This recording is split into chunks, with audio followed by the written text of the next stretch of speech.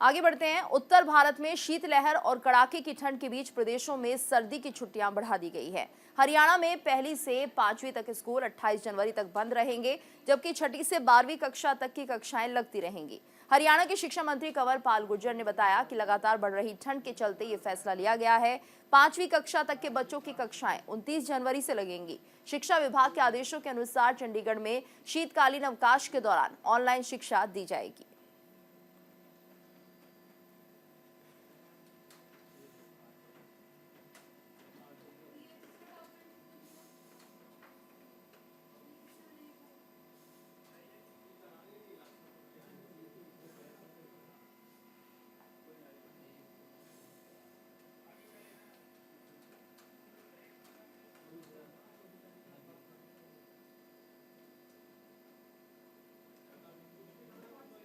के पास तो केवल बोलने के लिए है।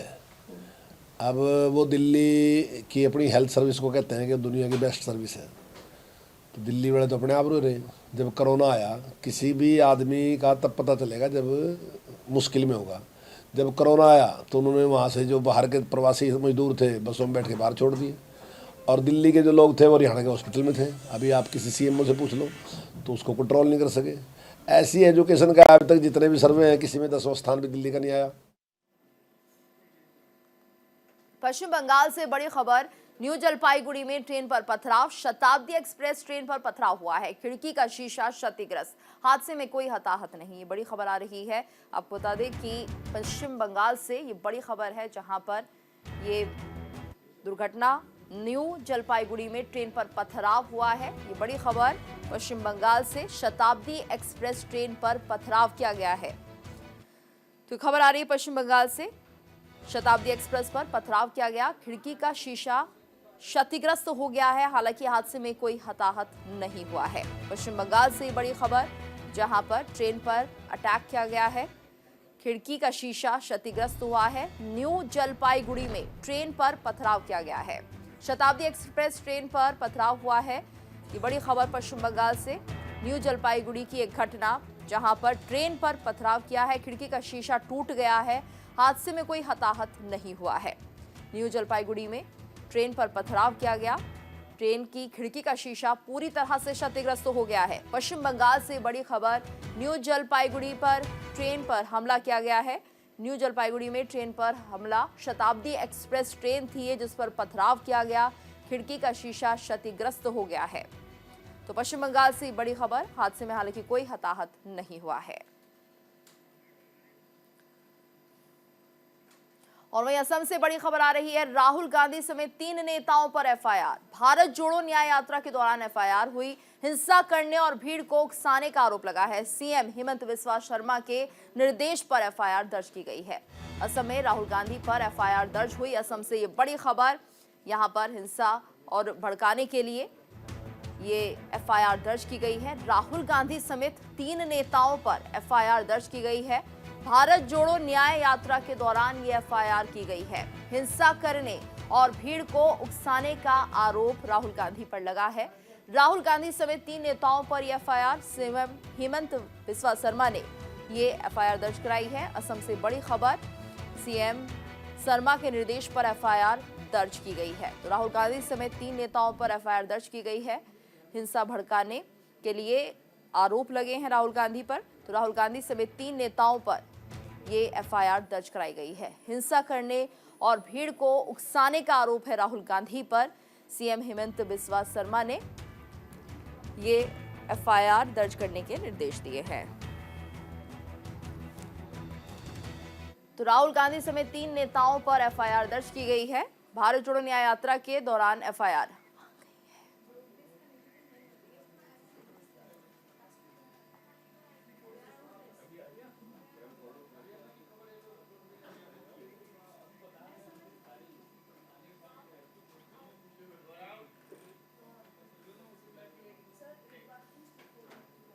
तो असम में राहुल गांधी पर एफआईआर दर्ज की गई है। सीएम शर्मा के निर्देश पर राहुल गांधी समेत 3 नेताओं पर एफआईआर दर्ज की गई। धारा 353 के तहत लोक सेवक पर हमले का आरोप है।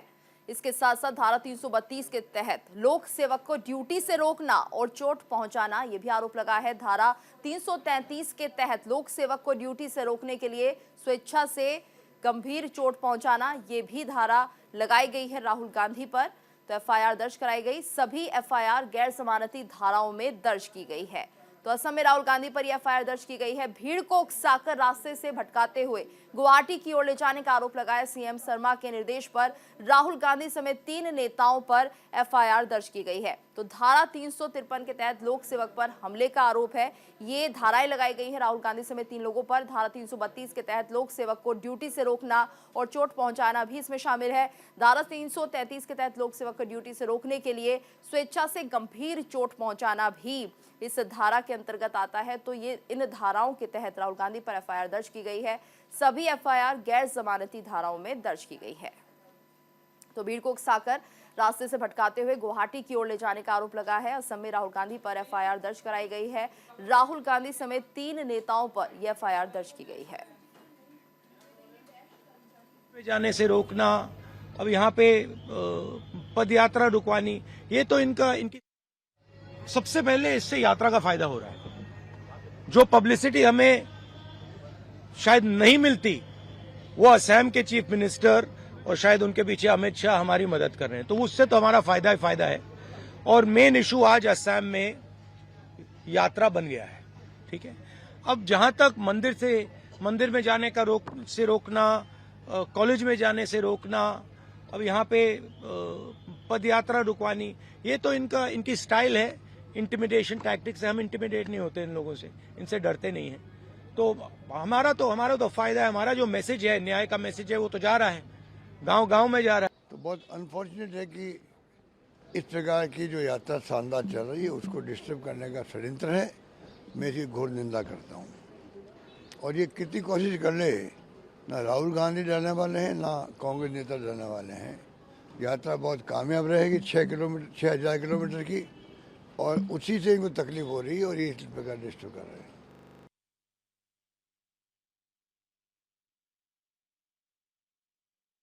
सरकारों को यही बोला कि देखिए, राहुल गांधी जी बटोदरा थान जाना चाहते हैं, बॉर्डवा थान जाना चाहते हैं, लेकिन जिस वक्त वो जाएंगे उस समय धार्मिक कार्यक्रम हो रहा होगा।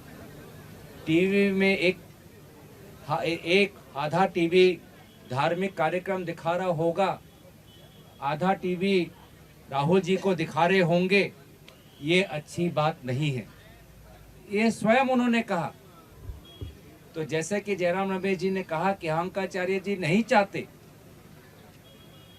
कि उनके अलावा टीवी पे किसी और का चेहरा आए, उसके कारण, सिर्फ उसी के कारण आज राहुल गांधी जी को रोका गया।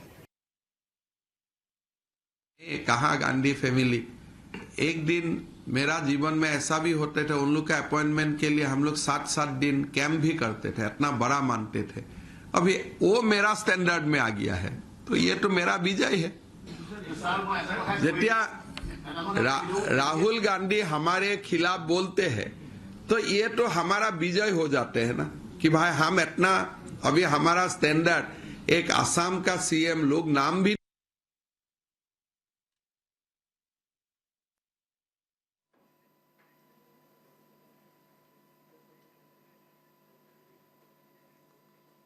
और गुजरात से बड़ी खबर, वडोदरा नाव हादसे का मुख्य आरोपी गिरफ्तार। ठेकेदार विनीत कोटिया गिरफ्तार किया गया। 6 लोगों को पहले ही गिरफ्तार किया गया है। वडोदरा नाव हादसे में 14 लोगों की मौत हुई थी, 19 लोगों पर प्राथमिकी दर्ज की गई थी। गुजरात पुलिस ने वडोदरा नाव हादसे के मुख्य आरोपी और कोटिया प्रोजेक्ट्स के ठेकेदार विनीत कोटिया को गिरफ्तार कर लिया है। पिछले हफ्ते हुए इस नाव हादसे में 12 बच्चों सहित 14 लोगों की मौत हुई थी। इस घटना के लिए विनीत कोटिया जिम्मेदार माना जा रहा है। 6 लोगों को पहले ही गिरफ्तार किया गया।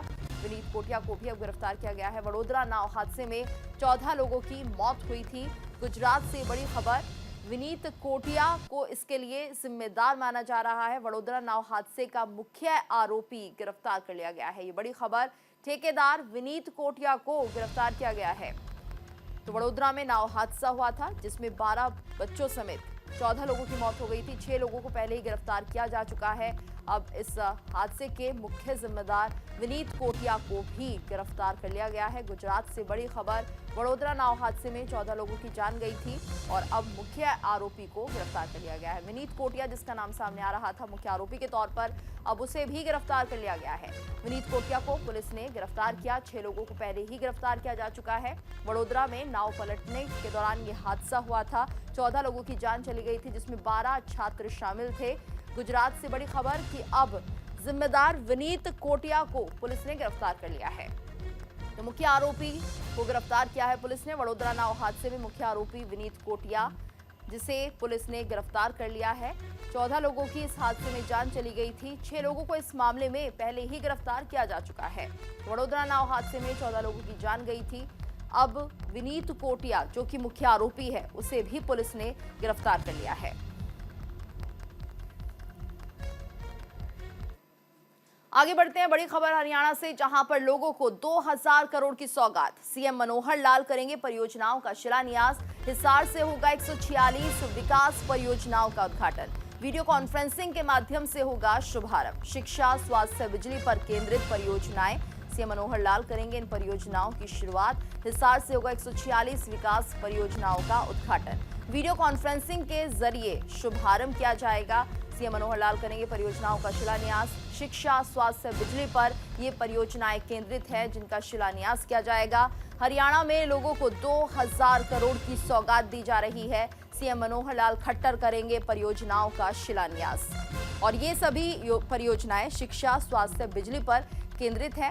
146 विकास परियोजनाएं हैं, जिनका शुभारंभ होगा। वीडियो कॉन्फ्रेंसिंग के जरिए शुभारंभ किया जाएगा।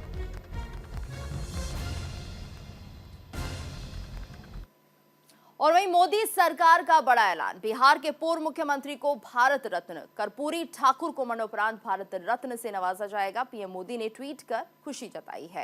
ये बड़ी खबर, ये ऐलान किया गया है सरकार की तरफ से। कर्पूरी ठाकुर, जो कि पूर्व सीएम हैं बिहार के, उन्हें इस भारत रत्न से नवाजा जाएगा। तो मोदी सरकार का ये बड़ा ऐलान। बिहार के पूर्व मुख्यमंत्री को भारत रत्न कर्पूरी ठाकुर को मरणोपरांत भारत रत्न दिया जा रहा है। पीएम मोदी ने ट्वीट कर खुशी जताई है।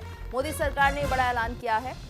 पूर्व मंत्री बिहार के पूर्व सीएम कर्पूरी ठाकुर को भारत रत्न, बिहार के पूर्व सीएम कर्पूरी ठाकुर को भारत रत्न से नवाजा जा रहा है। मरणोपरांत भारत रत्न उन्हें दिया जा रहा है। पीएम मोदी ने ट्वीट कर खुशी जताई है। कर्पूरी ठाकुर को मरणोपरांत भारत रत्न से नवाजा जाएगा। मोदी सरकार का ये बड़ा ऐलान, इसे लेकर प्रधानमंत्री मोदी ने ट्वीट कर खुशी जताई है। तो कर्पूरी ठाकुर को मरणोपरांत भारत रत्न से सम्मानित किया जाएगा। पीएम मोदी ने ट्वीट कर खुशी जताई। कर्पूरी ठाकुर को मरणोपरांत भारत रत्न से सम्मानित किया जा रहा है। मोदी सरकार का ये बड़ा ऐलान। बिहार के पूर्व सीएम रहे हैं कर्पूरी ठाकुर, जिन्हें भारत रत्न से नवाजा जाएगा। मरणोपरांत भारत रत्न से उन्हें सम्मानित किया जा रहा है। पीएम मोदी ने ट्वीट कर खुशी जताई है। तो कर्पूरी ठाकुर को मरणोपरांत भारत रत्न मिलने से प्रधानमंत्री मोदी ने ट्वीट कर अपनी खुशी का इजहार किया है। बिहार के पूर्व सीएम रहे हैं कर्पूरी ठाकुर, जिन्हें भारत रत्न से नवाजा जा रहा है। मरणोपरांत ये बड़ा सम्मान भारत रत्न से सम्मानित किया जाएगा। पीएम मोदी ने ट्वीट कर खुशी जताई है। वहीं नीतीश कुमार का बयान भी सामने आया। उन्होंने कहा कि बरसों पुरानी मांग पूरी हो गई है। बिहार के पूर्व मुख्यमंत्री रहे हैं कर्पूरी ठाकुर, जिन्हें मरणोपरांत भारत रत्न से नवाजा जा रहा है। उनके काम के लिए और जिस तरह से उन्होंने बिहार के लिए काम किया, मरणोपरांत उन्हें अब सम्मान दिया जा रहा है। भारत रत्न से नवाजा जाएगा। बिहार के पूर्व मुख्यमंत्री रहे हैं कर्पूरी ठाकुर और अपने काम के लिए हमेशा जाने जाते रहे हैं। अब मरणोपरांत उन्हें ये बहुत बड़ा सम्मान दिया जा रहा है। भारत सरकार की तरफ से भारत रत्न से उन्हें नवाजा जा रहा है। पीएम मोदी ने ट्वीट कर खुशी जताई है। बिहार के पूर्व मुख्यमंत्री को भारत रत्न से नवाजा जा रहा है। इसको लेकर प्रधानमंत्री मोदी ने खुशी जाहिर की है। ट्वीट किया है उन्होंने, जिसमें अपनी खुशी का इजहार किया है। तो पीएम मोदी ने ट्वीट कर खुशी जताई। कर्पूरी ठाकुर को मरणोपरांत भारत रत्न से नवाजा जा रहा है। बिहार के पूर्व मुख्यमंत्री को भारत रत्न से नवाजा जा रहा है और कर्पूरी ठाकुर अपने काम के लिए हमेशा जाने जाते रहे हैं। बिहार सरकार लगातार ये मांग करती रही थी कि कर्पूरी ठाकुर को भारत रत्न दिया जाए। अब बिहार वासियों ने भी इस पर अपनी खुशी जाहिर की है।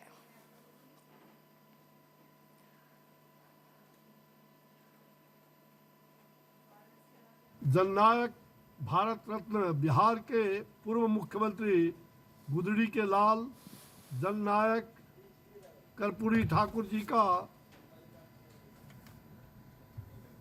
आज भारत रत्न की उपाधि से जो उन्हें सम्मान दिया गया है, सचमुच यह अत्यंत ही हर्ष का विषय है।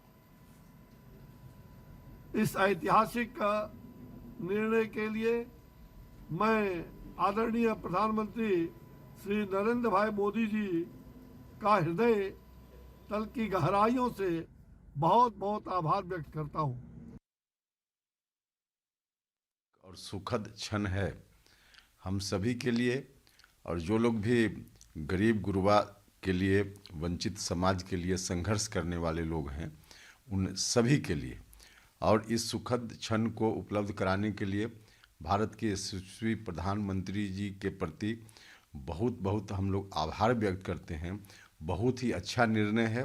जननायक कर्पूरी ठाकुर जी इसके हकदार थे। और इसी के साथ इस बुलेटिन में फिलहाल इतना ही। रुकेंगे एक ब्रेक के लिए, ब्रेक के बाद खबरें जारी हैं।